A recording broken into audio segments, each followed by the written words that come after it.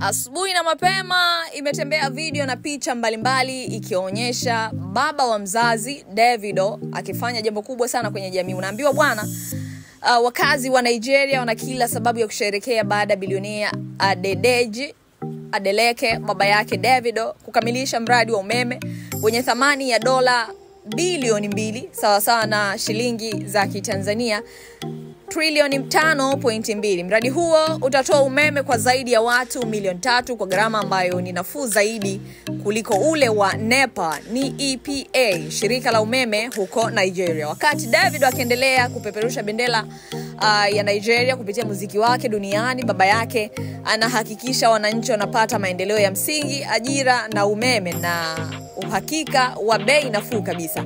Hatua hii bwana ni kwamba inapunguza utegemezi wa umeme usio na uhakika, kukatika kwa mara kwa umeme, bali pia itachochea ukuaji wa uchumi kwa biashara na viwanda ambavyo vinakuwa vikihangaikia changamoto za umeme kwa gharama kubwa sana. Mradi huu bwana unadhihirisha jinsi familia ya Adeleke inavyowekeza kwenye ustawi wa Nigeria kwa nyanja tofauti, burudani na maendeleo ya miundombinu kwa wananchi katika nchi hiyo ya Nigeria. Yes, makubwa sana ambayo ameyafanya baba huyu, lakini hilo ni moja kubwa zaidi, wakati mtoto akiendelea kupeperusha bendera kwenye swala la burudani na kujizolea maarufu mkubwa, lakini pia kupata pesa nyingi sana, show za uhakika, connections za kutosha. Lakini kwa baba maendeleo ni mengi kwenye jamii, sifa ni nyingi, lakini pia ukifanya jambo kubwa kwenye jamii hata kama ni dogo, basi namna ambavyo watu wanalipokea basi huwa wanashukuru zaidi.